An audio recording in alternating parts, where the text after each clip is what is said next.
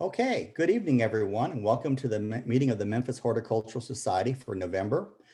Our speaker tonight is Brett Norman, owner of Urban Earth in Midtown. You may have met Brett there. I know a lot of us go to Urban Earth on occasion. Brett grew up working on his family's produce and tobacco farm in Middle Tennessee, and he's lived in Memphis for 25 years, graduated from Rhodes College in Memphis with a BA in business management and marketing.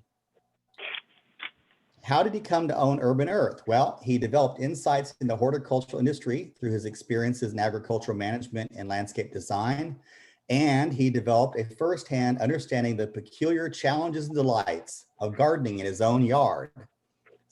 So that took a hold of him. When he's not working at Urban Earth, he's outdoors. He works in his garden, he walks his dog, he watches kids playing soccer and practicing cheer.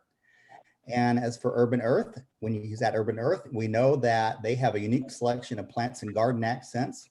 But we also appreciate they support gardener education by supporting organizations like the Memphis Horticultural Society and the Memphis Area Master Gardeners. So with that, I will turn this over to Brett. Thank you, Steve. I'm glad to be here. It's exciting. I told Steve when we were getting set up how much I love to talk about gardens and plants in particular. So if I've spoken with you at the nursery, it's good to see you again, hear from you hopefully in a little bit, and hope to see you again soon. We are going to talk tonight about, there we go, urban trees for a Memphis garden. I thought this was a good topic for this time of year. We're putting in a lot of trees at the nursery, our gardens division, hundreds of trees already this fall. And we've had a wonderful fall so far, although some record temperatures apparently this last week and weekend. But hopefully we'll be back in the cool temps and trees will be shutting down and be more apt to take into healing and getting set before the spring comes. So these are some of my favorites, and I'll go to qualify this as I'm going to take a native route. There are many other trees that we specify and that I love as well, but I thought it might be fun to talk in particular. Over the last several years, I've been I've become more attuned to thinking about native materials. What's out there, what can be just as beautiful, but also much more functional from an ecosystem development standpoint. So we'll talk about those, and maybe if you have other questions about non-natives, we can discuss those as well. One of the things I wanted to just highlight is that they are such an important part, no matter where you live, but I think especially here in Memphis, our lives and history really are very much influenced by trees, and I think that's a really good thing personally. There are many places where and have friends come up from Texas or even other parts of the Southeast and just look up at the canopies and just be really impressed with what we have here. So know that you're in a beautiful place for trees. Trees provide a host of benefits. Probably preaching to the choir here, but obviously provide something that is first and foremost important to us: oxygen. They absorb CO2. They are huge carbon banks. They help us clean the air and conserve energy. And we'll talk a little bit about that and placing trees around our properties and gardens and how to help us conserve energy. This is, again, kind of in line with the native trees that we talked about, providing food and shelter for wildlife. And I don't know about you guys where you live, in particular in Memphis or the Midsouth, but I live in Chickasaw Gardens here, really centrally located, and been here 12 years now. And we have, this is within the last 12 to 18 months, we've had a host of barred owls. Mississippi kites are in our neighborhood a lot during the summer. I guess I just want to highlight, I'm starting to see more and more wildlife coming back into the core of the city, which is really exciting for me. Trees help us conserve water and prevent erosion. And I think, you can't underscore understate the value they provide in the form of beauty in our gardens and landscapes. Speaking of the history of Memphis, I don't think this commodity comes in, to mind when most people think about, one that has influenced our history as much. First and foremost, I think people would certainly say cotton, but I would beg to, differ that it might be trees, and the timber that was harvested out of our lowland forest here, because without them being removed, in massive scale. And there's some pictures of some of these trees that are pulled out of these delta bottoms, by teams of mules and men that are, 15, I don't know, they're enormous gum trees. And there's just amazing what they did to clear this land so that cotton and the other commodities could be grown. So I would argue if somebody says cotton, was king in the Delta, I don't think it ever could have been king if it weren't for the trees that were removed. And still today, when you fly over Memphis, it looks like a forest. And I think that's impressive, no matter how many times I see something like that. This is a shot out east, looking from Germantown. That's the IP buildings there to the right, the Crescent Center up there to the left. And you don't see many hardscapes. You see a lot of trees. I mean, there's obviously a lot of hardscape below that, but again, we are very blessed to have the trees that we do around us. But why do trees love Memphis? Why were they here so much, and why do they still love our climate? And there are three main things I'd like to kind of highlight is our deep, rich alluvial soils. These are soils that were built over eons of flooding events as the Mississippi filled our valleys and our lowlands. I think I'd argue that our temperate climate. So we don't have the big deep freezes, nor the extreme hot temperatures, and the plentiful and consistent rainfall that we get also is very conducive for this trees development. Digging in a little bit to our soils, the small soil particles, or what people call our CEC levels, they are, because they're so small in our clay sediments, there's a lot of surface area for both water to hold on to and for nutrients. So we hold nutrients and fertilizers very well for trees.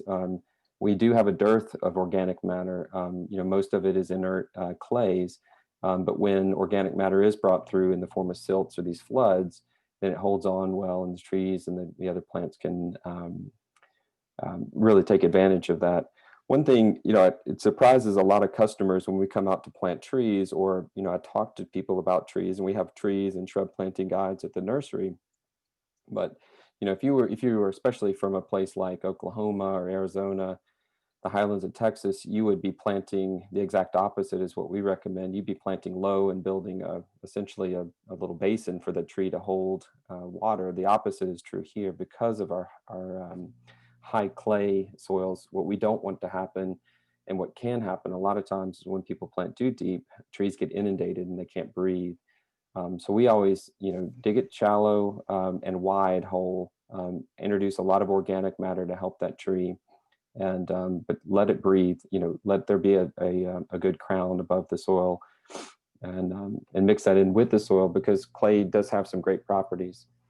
When I talked about the temperateness, and we are, trending a little bit warmer now. Some people even argue that we've approached 8, but most people would say we're in the 7B, climate. But, record low is 13 degrees back in negative 13 degrees in 63.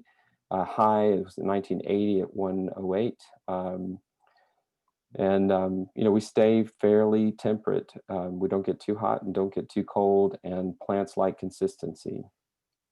And that's true too on the rainfall front. I think this is interesting.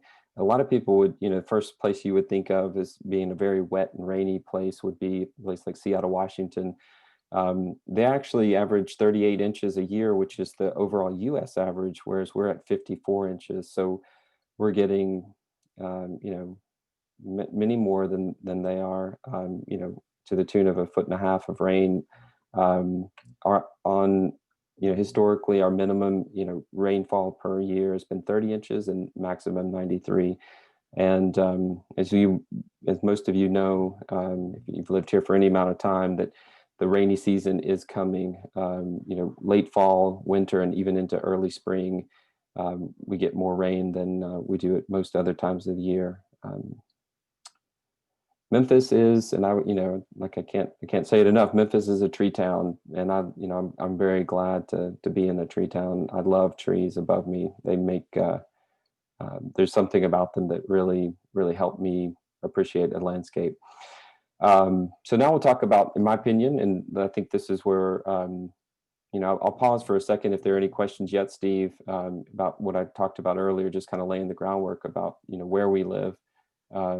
But I can talk about some specific trees if there aren't any questions. No questions yet, but if you have any, folks, please put them in the chat box. Thank you. Great, thanks, Steve. And like I mentioned at the very top of the talk, this is gonna be a native slant, and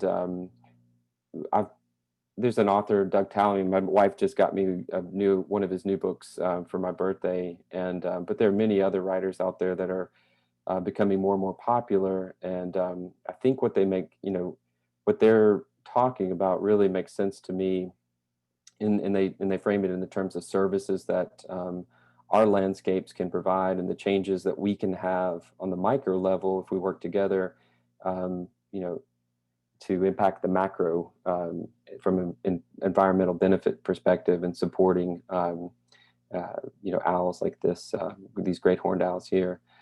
They're also, and I found this to be true, they're lower maintenance. Once they're established, they are built for our environments, literally. And I think this is one thing that's really important to, and I'll talk about this, and I have in other talks, but there are unmanageable diseases and pests in our gardens today. And, there are materials that we may not be able to work with as a result of that, and already are starting to not be able to work with, photinias being, one out there. And I'm quite concerned about crepe myrtle and the bark scale disease. That's one that we don't really have a good solution for. And we can manage it at the best right now. But that is because we planted a monoculture essentially, and it has no native, the scale has no native, really outside of the twice-stab beetle, but they can't really keep up, unfortunately, in and of themselves. And it's not just the crepe myrtles that I'm concerned with now, because we're starting to see that same scale has migrated over to the calicarpet. So beautyberries, they are also a host, and it was first noticed on the Japanese beautyberries, but now it's jumped species into our native beautyberries, and those are real concerns of mine, and I think a reason to promote natives in large part. And I think we can work with non-natives, but to the scale that we have before, I think we really need to reconsider some of that. So those are some reasons I'm talking about this. We just wanted to give you this kind of framework, because this is the way I'm going to break down my talk as far as recommendations or interesting, species to consider for your gardens, small, medium, and large. So ornamentals, a lot of people would call them 10 to 25 feet. Medium-sized trees, not going to be your shade trees, but trees that do have some, girth and structure in the garden. And then our big canopy trees, and all of these working together, I think, is where we can really build some beautiful layers in our garden, and really bring some interest. So we'll talk about the shade trees first. I'll start big and go small. Many of you guys probably know this oak. It's been around for quite a bit, but I never, I'm always amazed, especially this time of year, and appreciate it that much more. It's in the red oak family. The Nuttall Oak is a species, is a sport of the true red, and it does really, really well in our wet soils, tolerates our heat, and very relatively pest-free. I'm not a huge fan of the water oaks and the pin oaks, and the non-native sawtooth oak as well. Those are quite a bit weaker and prone to diseases, gall being one, and the pin oak especially. Some other oaks that I'll talk about, and maybe, I come from Middle Tennessee originally, and this is really what we would hunt under, and what I would really, just the structure of white oaks. I've come to truly appreciate the cow or the swamp white oak, moving to Memphis, and really love to see it in gardens. There's some in central gardens, especially. There's some really big oaks, some white oaks, and I think they're an underappreciated tree. They don't give a lot of fall color, but just the nice canopies and the structures. I think the bark is great when they mature, and I think the color is absolutely beautiful in the leaf during the summer. So that's one to consider, and they do quite well. Those swamp oaks do quite well in our heavy soils.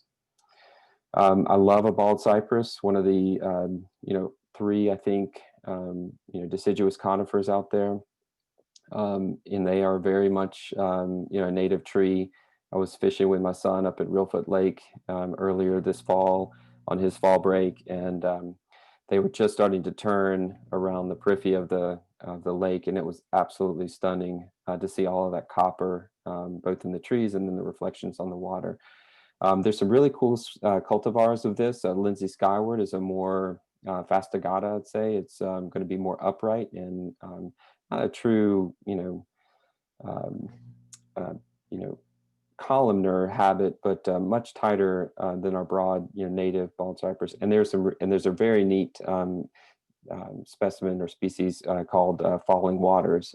We carry that quite often. We have people request that one, but it's a weeping habit. And so if you're looking for a quote unquote dwarf, that would be a really interesting one.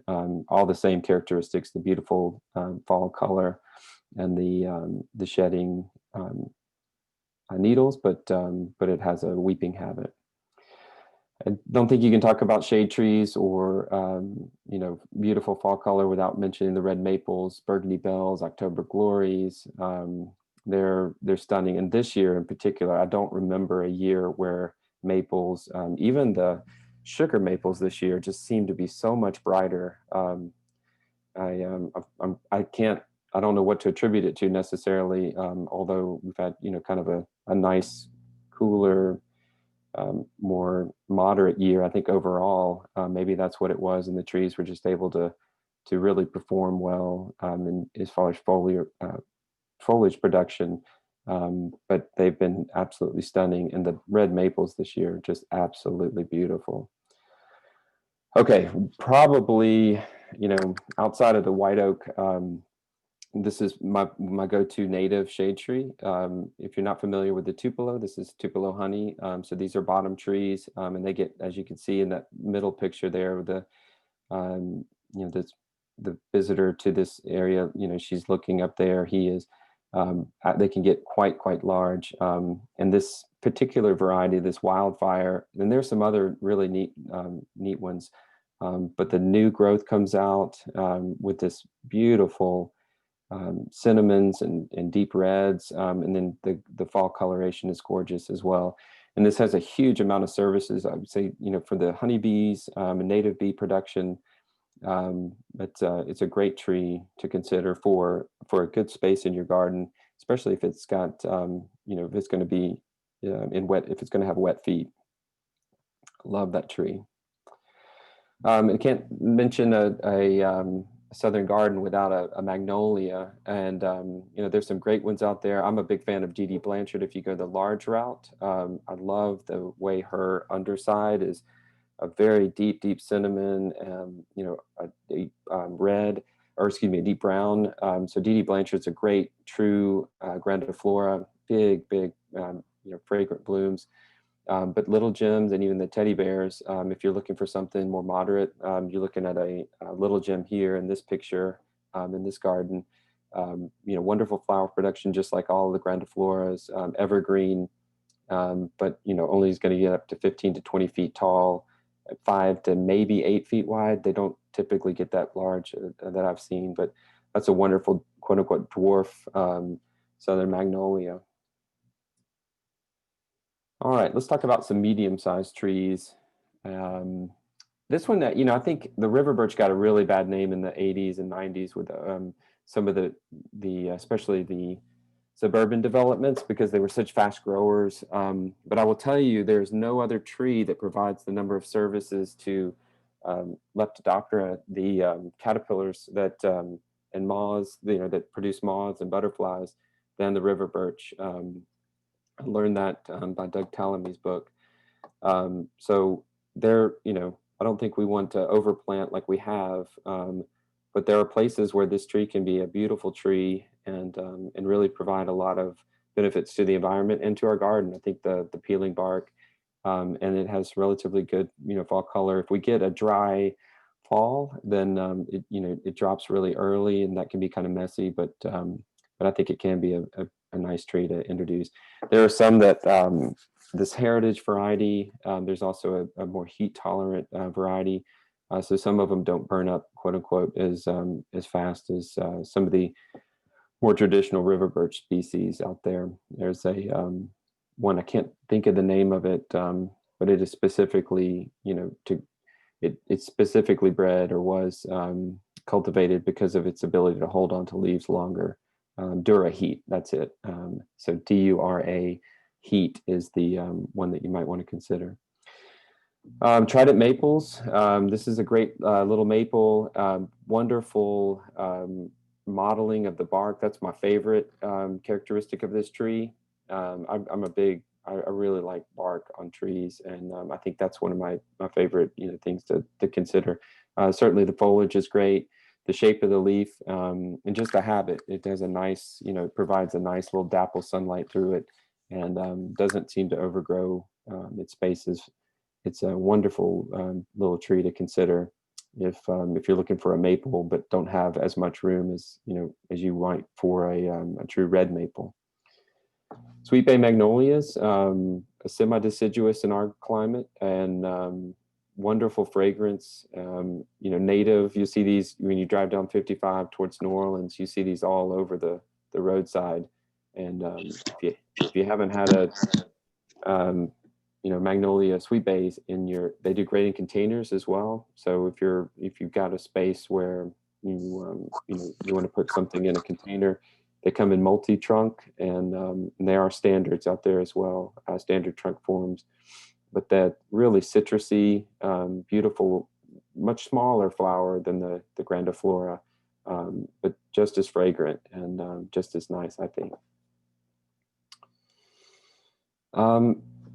Let's see, Eastern Hemlock. I put this on, and these are obviously quite large trees in Eastern Tennessee. They don't get as large here, nor do you see them as much here. But I will tell you, I've got some clients in East Memphis with some beautiful specimens of Eastern Hemlock. And if they are in the right spot, they can, and these are propagating their cells, they're reproducing on site.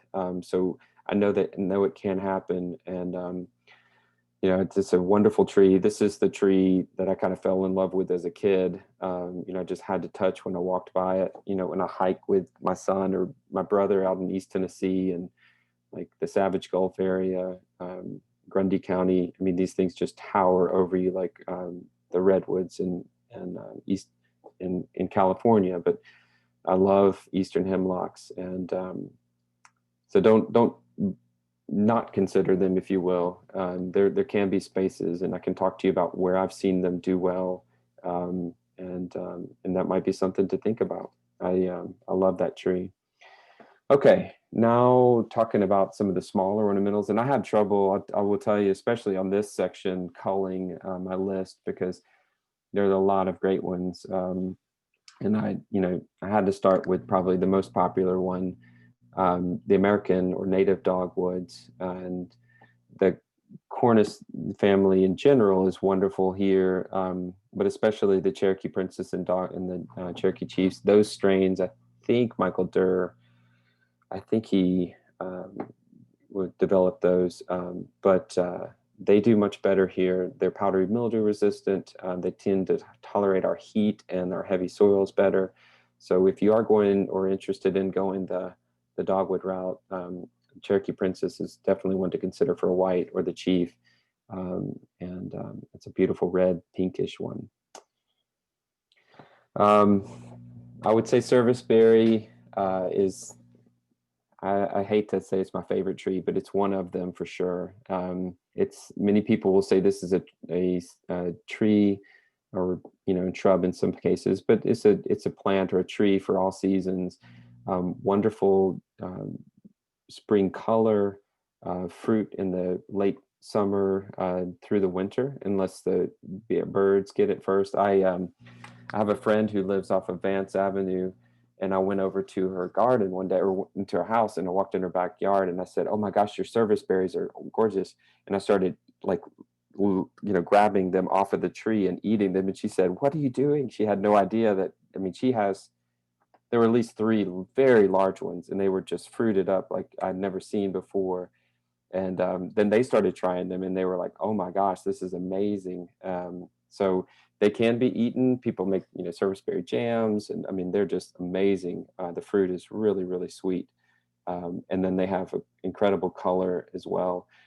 And I'd say in the winter, even after they defoliate, especially if you have the opportunity to uplight them or put some kind of landscape lighting on them, the branching structure, the one on the right there, that tree form, much like a Japanese maple. I think that intricate, the branch design, it can be really, really pretty with light on it at any time of year, really, but especially in the winter when you see them. Redbuds, absolutely. This is the tree, probably this and the tulip magnolia.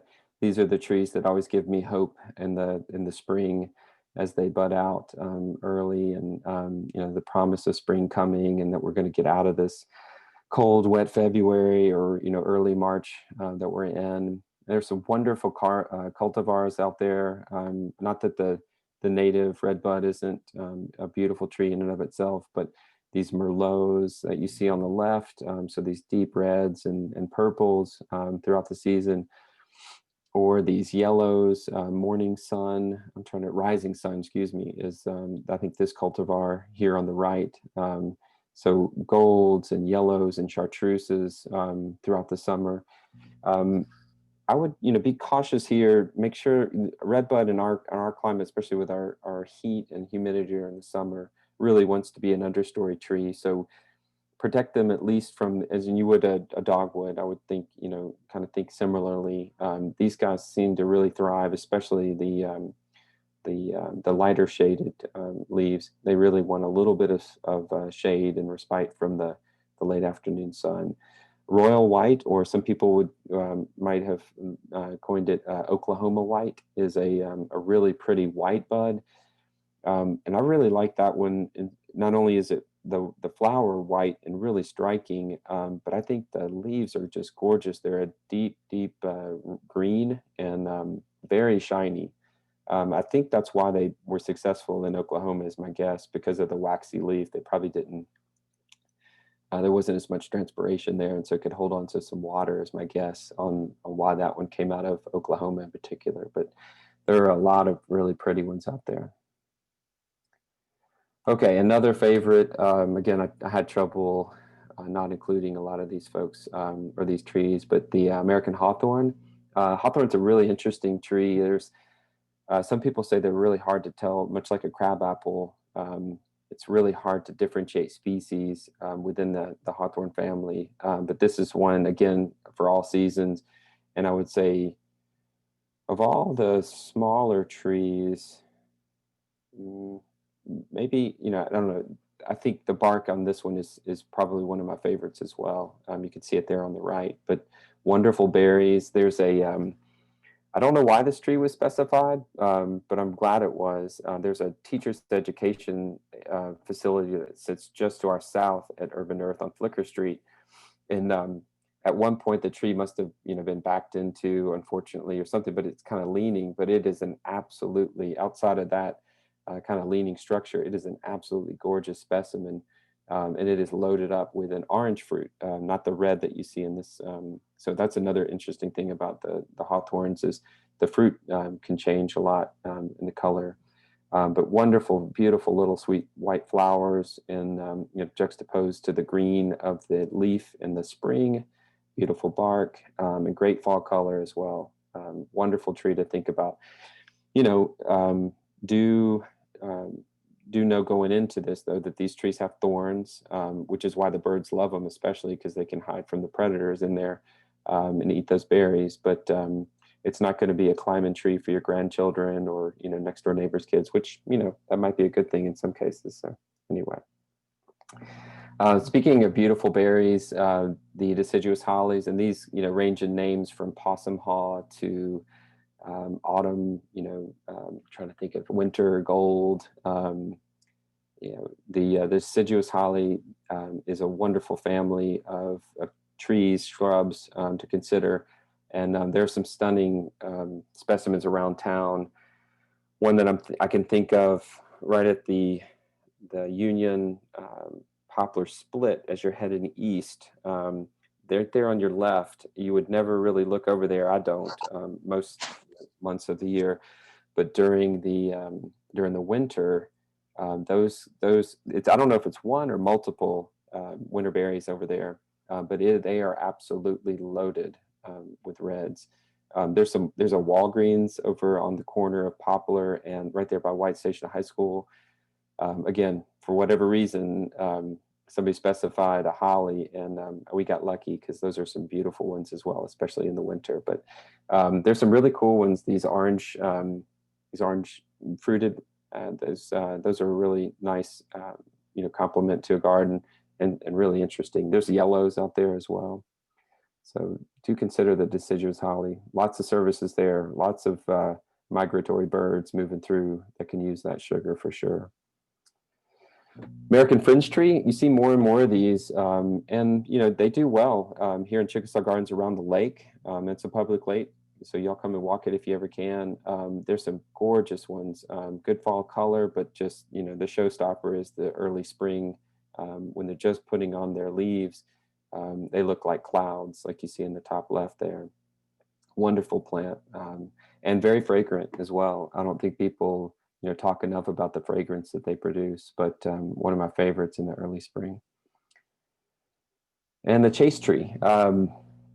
This one in particular, I think, is a really good choice because of our harsh climate. So if you've got a space that you had a crepe myrtle in that didn't do well, but you want something that's going to tolerate sun and drought and radiant heat.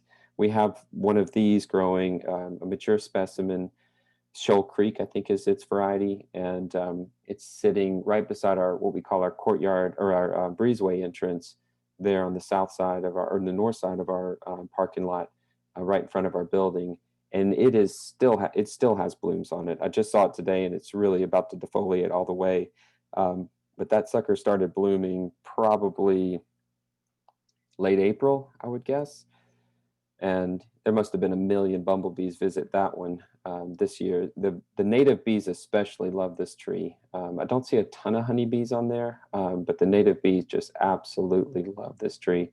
I like the fragrance of just the foliage itself. The flowers aren't so fragrant, but the foliage it's got a really nice oil. I don't want to say it's like lavender, but it kind of reminds me of that scent. It's a really calming scent. And anyway, it does produce a pepper, quote unquote, in the form of the seeds that there are medicinal purposes for that, and it gets its name from that chaste tree. That's where the name comes, is from that tea. And then this is a tree that isn't talked about a lot as well, but we've started to have more and more interest for the pawpaw. And check my time. I'm not doing too. Hopefully I'm doing okay. But I do. If you're thinking about any fruit production or want to have some edibles in your garden, this is a tree that doesn't get too big. Tops out 15, 20 feet in most urban gardens. And we had some that fruited at our nursery this year. And it's a custard. The fruit tastes and it's really creamy. So if you haven't had a pawpaw before, the Susquehanna and the Shenandoah are great varieties for the Southeast. And anyway, something to think about. It's a neat tree. I just thought I'd throw that one in there.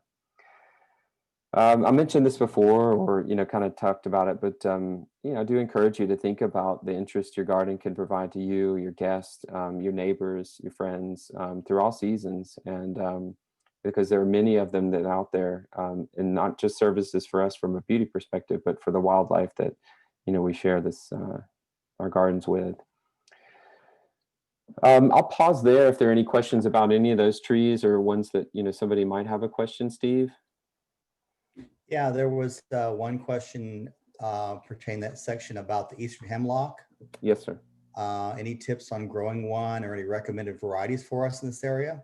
I don't know that there are subspecies. There might be, but the true native, the true Eastern Hemlock is what she has grown in her garden. I would say it needs a cooler spot. Started off as something that's getting protection from the Western sun. Eventually it's going to grow once it gets, kind of, it builds some resiliency as it grows. Moist, but not, wet soils, well drained, I guess is a good way to say it. Behind where she has this growing, if you walk under the hemlocks now, you can actually, it's really, fun. You can walk underneath of them, and there's a drainage ditch, for lack of a better term, that runs on the north side of her property. It exits on the east side, but essentially there's a dry creek back there. And it really feels like walking a creek in East Tennessee where I grew up.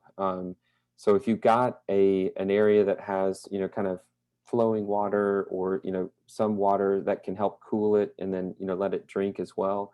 I think that seems to be, it kind of clicked with me when I saw these trees. I was like, that doesn't make sense because I don't see those trees here. But when I walked underneath of there and I saw kind of the environment around which it, they had grown, now they're part of creating that own environment, which is kind of interesting to think about. But I think that's what allowed these trees to come in to their own, if you will, and continue to help them thrive. Okay. We got a couple other questions we'll get to at the end of the presentation. The only other one I saw that really needs to be for this section, you talked about 4 seasons, but I saw you concentrate a lot on autumn color, which is great. Because like you, I was just in this weekend, I was up in Shelby Forest and up at Reelfoot, and mostly we have yellow. We don't have a lot of red. But you didn't talk much about winter interest. And like the fair. American beach is real pretty. Is there a reason why you didn't get into winter? No, I love a beach. I just didn't want this thing to last 2 hours for y'all. Beaches, especially where I grew up. I mean, you see them, they hold onto the foliage. I was describing that to a friend who actually just bought one and planted one over in Chickasaw, or in Central Gardens off of York this year, and this fall. And that was what I told him, why I had kind of fallen in love. The beach also has a wonderful bark. I just love the way the kind of the modeling, the kind of striations on the bark of the beach. But yeah, they hold onto the leaves. They're gorgeous in the winter. Winter is depends on the amount of birds that you have, but berries can be a great, winter interest. I think branching structure I find really interesting. Just, that's when, especially if we get a snow, even a light one, just the intricate branching structures of trees. So I did, talk a little bit about that, I think, with the serviceberries. And then I think, this is something that, we advocate for at times. It's not appropriate for every tree, certainly, but certainly ones that you're going to be around a bit in your garden. But bringing, and even more so in a COVID world, outdoor spaces alive, and, using them more in the off season, quote unquote. But using a little accent lighting or uplighting on, on branches. I think those are great ways. There's a house in our neighborhood that they have a lighting feature that hits a water feature that then reflects on the wall, that light is cast through some branches. And it's really interesting. It must have been, I don't know. That's very artistic, in my opinion, to think about all of those elements that came together to create that scene. But lighting, water, berries. I think those are things that are, really interesting to me, and branching structure being a big part of that with the lights. Okay. Well, we have several more questions that have rolled in. You're sparking a lot of questions. Let's let you get through the rest of the presentation and we'll finish those up afterwards. Great. Okay. We're at 7:42, so I'm going to try to burn through some of this because there's quite a bit more. So if I talk too fast, I apologize on the front end. But think about, this is maybe common sense for most folks, but shade trees, this is kind of into the energy efficiency and kind of comfort of our homes on the southwest and southeast to shade us and keep us cool in the summers. Evergreens to protect us from those north winds in the winter. And do be mindful, and that's why we talked about trees in the form of large, medium, and small. Is don't think about a tree the size that it is when you plant it. Really plan for ahead. And if there's one thing that I see done more often than not, is overplanting, and sometimes that's okay. Creating a hedge or a screen, more quickly. But I always really appreciate when gardens are designed,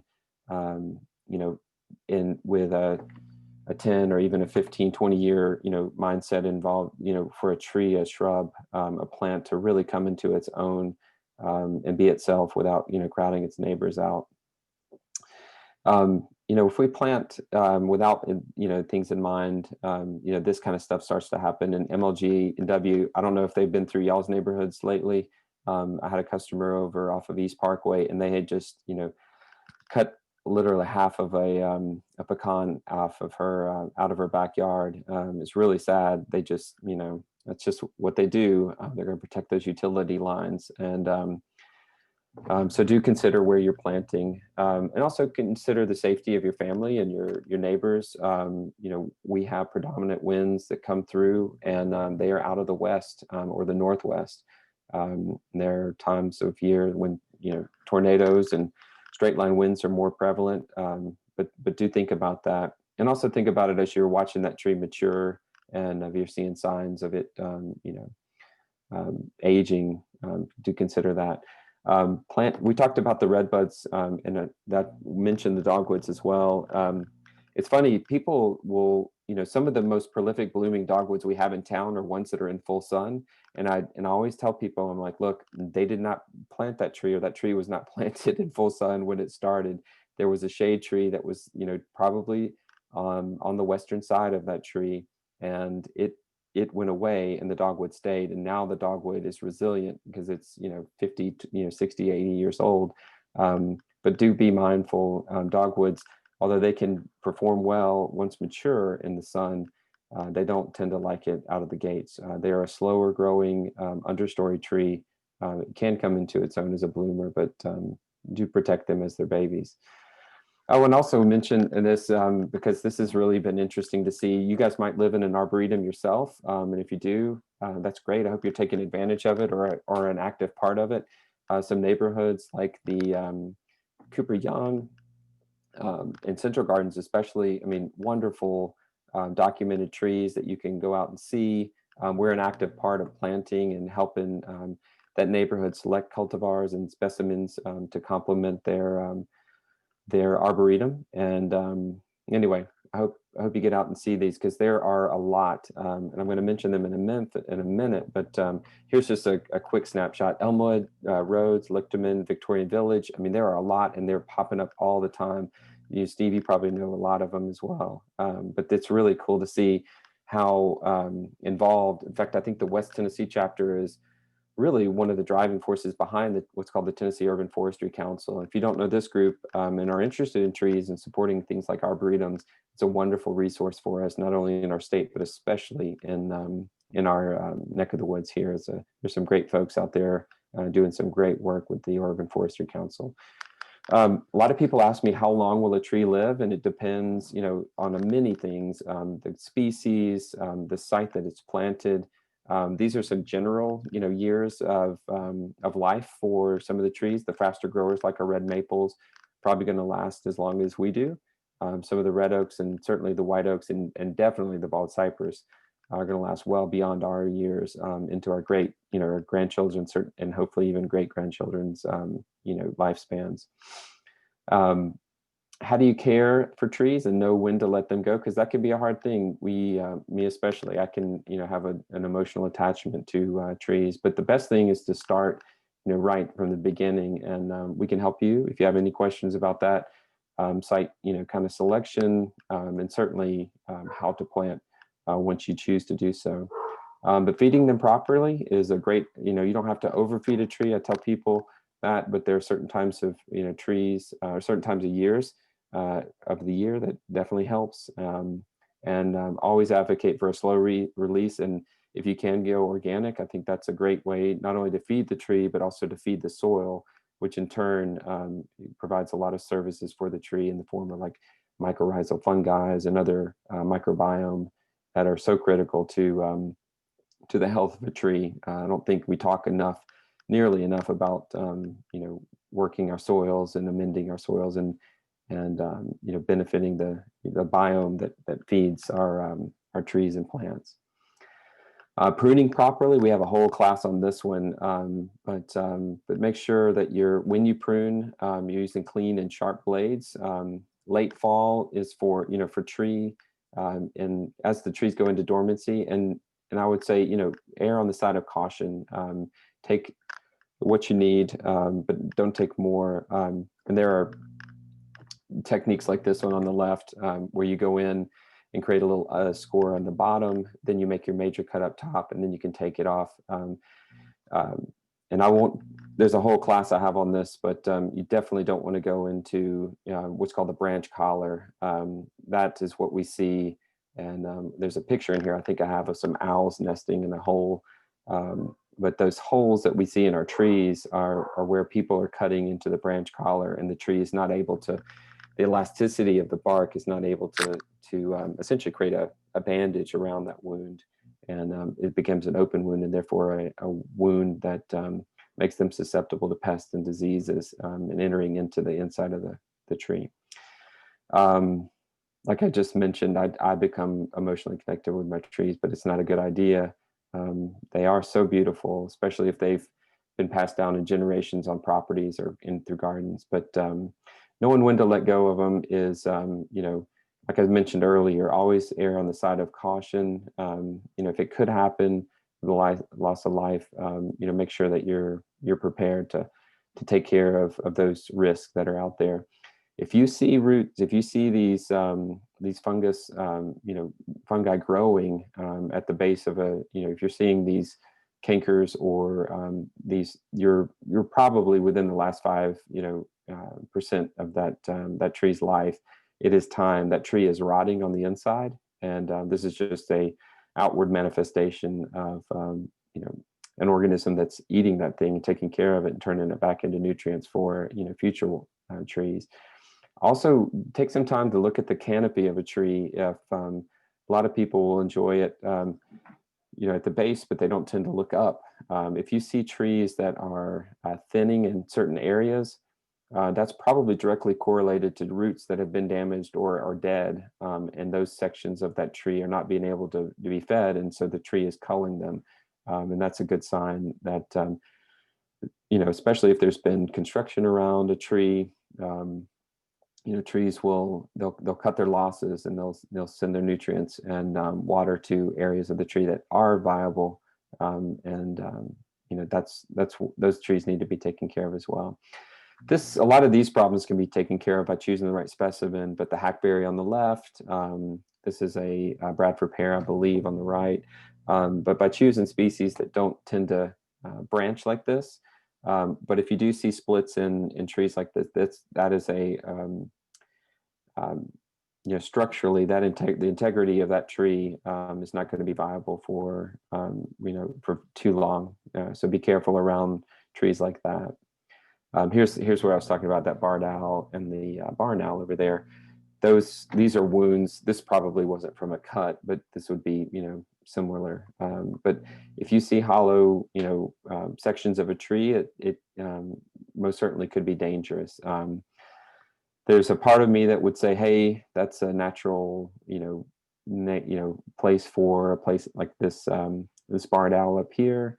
It's a natural place for a habitat for him or her to, be protected, but it's also, something we have to consider, our own safety and that of our neighbors and friends. And if you suspect it, there's a lot of great arborists out there. We can recommend a licensed arborist, and have you, get in touch with them. But folks like that can tell you, with a fairly high degree of certainty, especially as it ages, if a tree is truly hollow and therefore dangerous. It can be very, very expensive. So a lot of people try to put that off, but in the end, it is something that, you want to be safe, and not sorry, because you don't want to be this person throwing your shoulders or hands up. And I will just mention this, you probably have been, beaten over the back with this as well, but it's so sad to see, that crepe murder and, some of the pruning techniques that are still going on out there. If you have a gardener, this is not something that we really ever advocate. And I think it's honestly part of the stress that crepes are going under, that makes them much more susceptible to diseases like the bark scale. The density of the branch structures that come out of these, the crow feet as they call them, make them perfect habitats for scale to nest and thrive in. And there are tree replacement programs out there. So if you do lose a tree, don't give up. Don't be too sad about it, because that's a great opportunity to introduce another tree, and not only for your enjoyment, but that for future generations as well. And hopefully you can help them be part of that, and have that tree be something that's special in their life as well. Just to remind you, and I mentioned at the very top of the presentation, that fall is an ideal time now, all the way up until what we like to say is, the end of February is typically the best time for trees to go in, especially the larger specimens as they're dormant, and allow them time to heal in as much as possible, and protect themselves from the stresses that can come in our late spring and certainly our summer and early fall. If you need help, like I mentioned, we would be glad to. We have a whole division, I call it our gardens division, and we go out and do renderings like you see on the left here, and formal architectural plans like you see on the right. And we have two designers, Mark and Stephen, who've been doing this 25 to 30 years each, and I go out and do garden consultations as well. I'm certainly not the artist that they are, but I do love to talk about plants. It's very much a passion of mine. I love to see new gardens. I love to see how people use their spaces, and the dramatic changes in their life that we can affect by redesigning and bringing life to a space. If you want to connect with us online, we're Urban Earth Mem. Lots of Facebook posts and Instagram posts. We do have a website, urbanearthmemphis.com, and thanks you much for being here. Like I said, this is a passion of mine to talk about. I hope I didn't take up too much time, Steve. No, it's great. A lot of questions and a different spin on this topic. So we appreciate it. We do have some questions.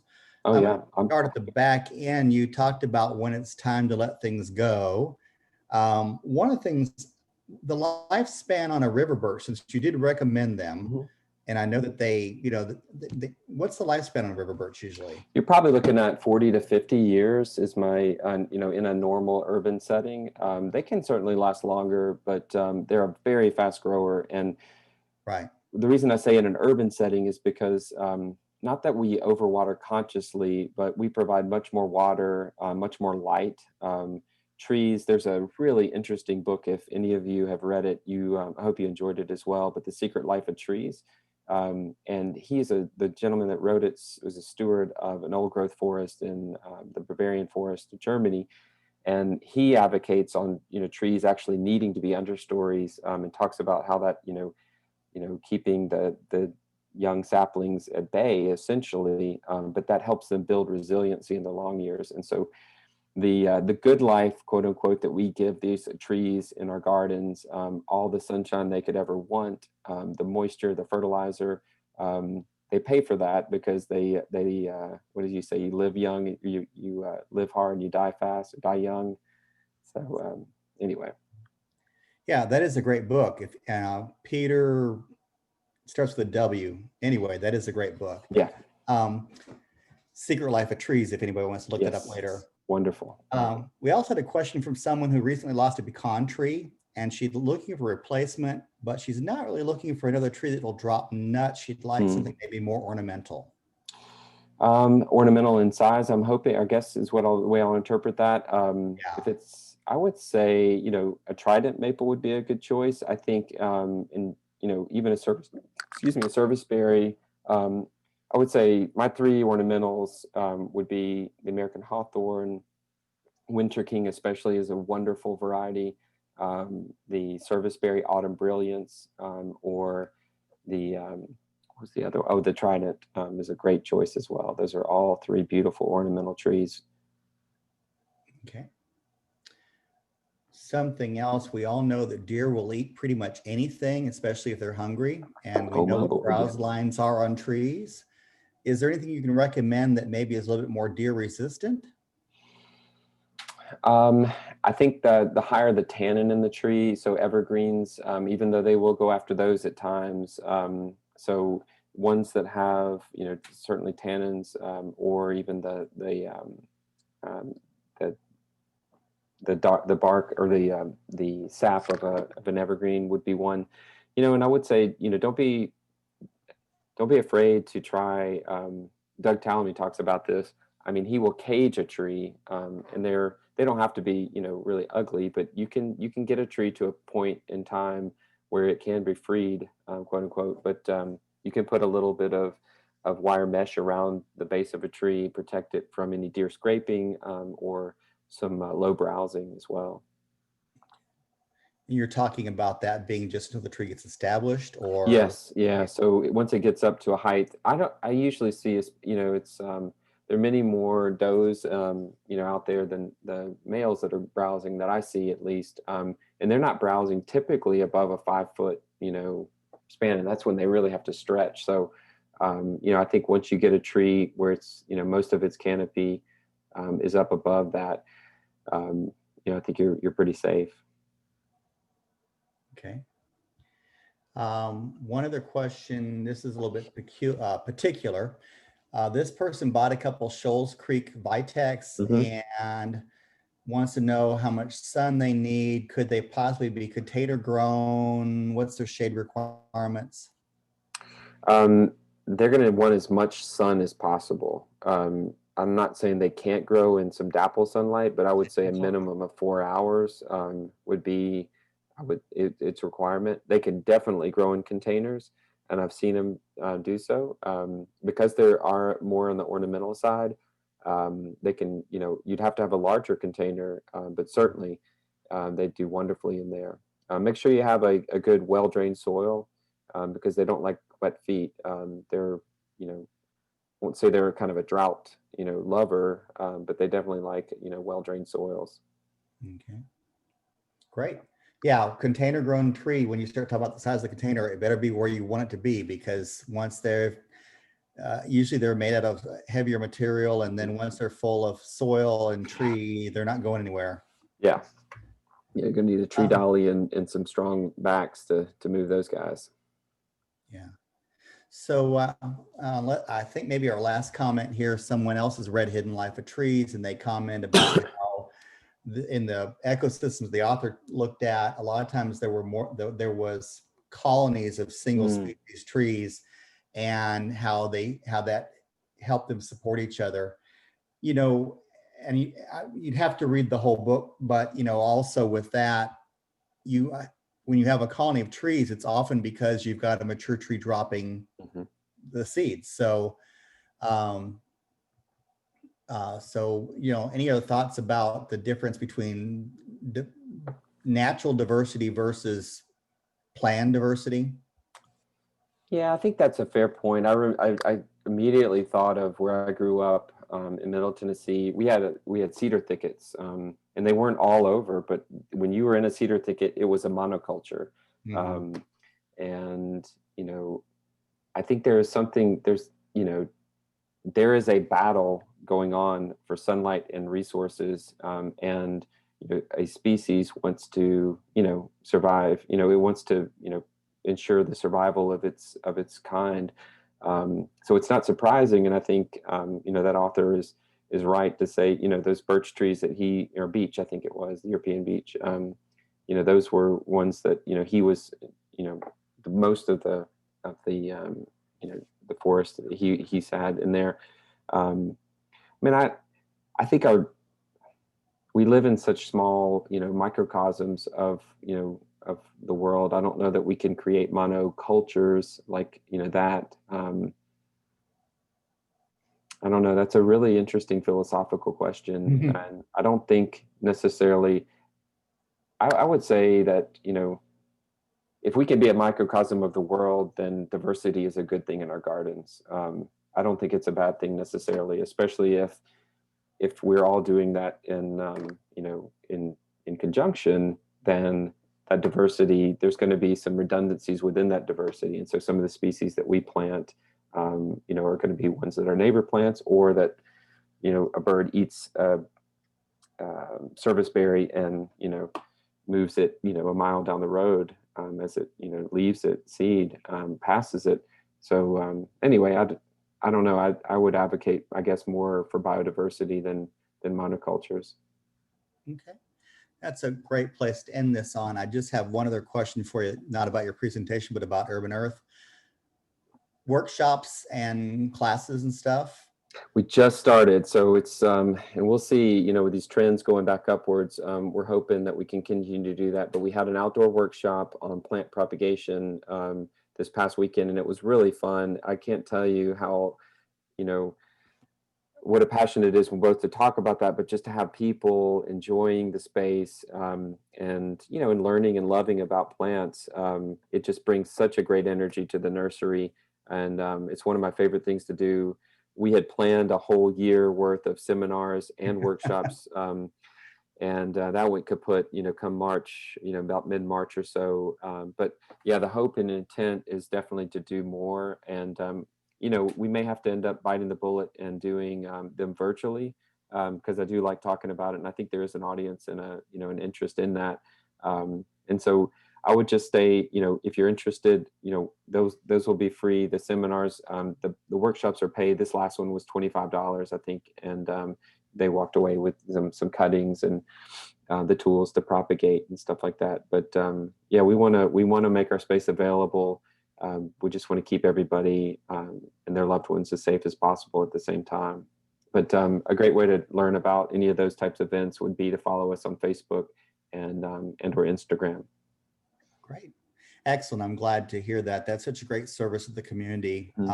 I know we're all pulling in the same direction and trying to keep the public knowing what's going on with plants and good practices, but the more we can all be preaching, the more that the message gets through.